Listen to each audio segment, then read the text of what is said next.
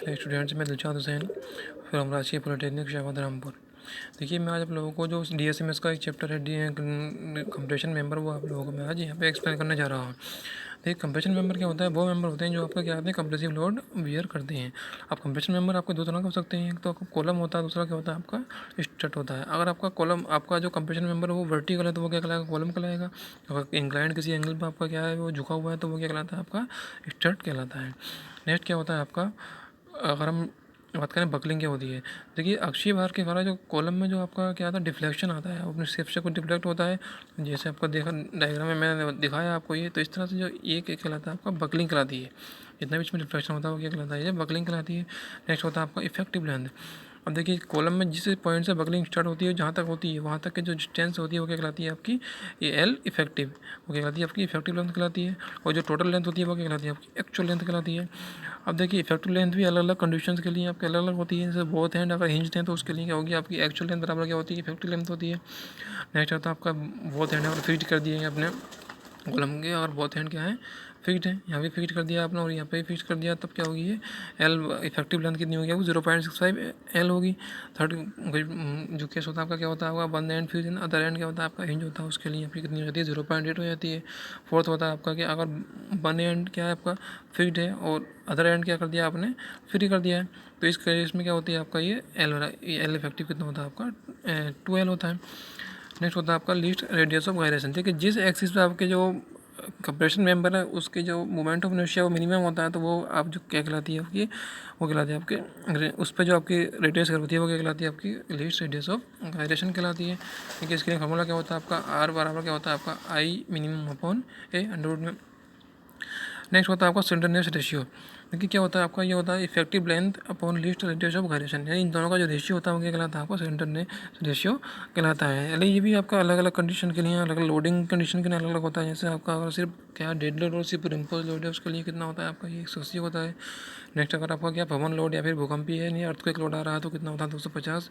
Third है आपका, अगर आप किसी कैंची या ट्रस में यूज़ कर रहे हैं इसे, तो कितना होता है आपका? ये 350 हो जाता है आपका।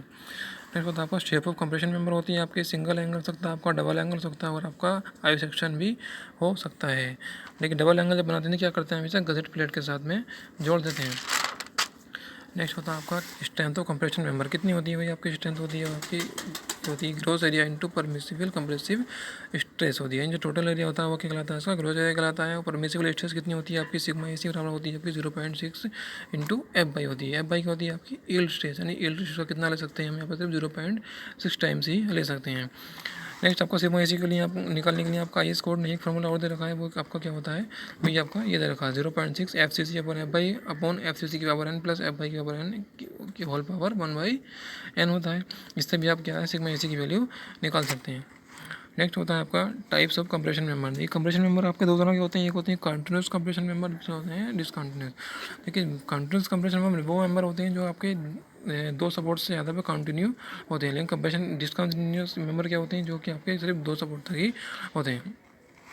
नेक्स्ट आपका देखिए, इफेक्टिव लेंथ लेने के लिए आपके एक और आपके एंगल जो आपका सेक्शन होता है उसके लिए अलग कंडीशन दे रखी है। देखिए, अगर आपका क्या है डिसकंटिन्यूस मेंबर है, क्या आपका सिंगल एंगल सेक्शन है, एक रिवेट से जोड़ा गया है फिर बोल्ट से जोड़ा गया, तो आपकी प्रभावी लंबाई बराबर क्या होगी?